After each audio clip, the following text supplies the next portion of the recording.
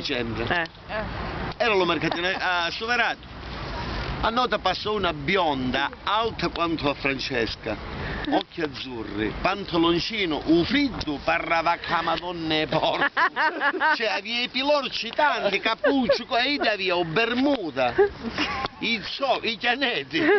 Va bene, la maglietta mezza manica, e si leccavano cannole e ricotta tanto. Le cavano da una parte, da una occhi azzurri, capelli biondi, americana, cazzo, americana, non moriamo dopo freddo, Tedesca, semmai. Tedesca, americana, insomma, è un'altra parte l'Italia, noi è catanzare.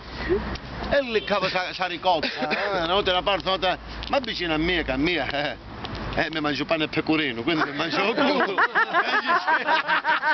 Ma vicino è con la mia classe che mi ha sempre contraddistinto nel mondo negli anni, ma vicino c'è su 8 mangi netti. Mi guarda che se cammina. Sembra un po' che tu mi mangi!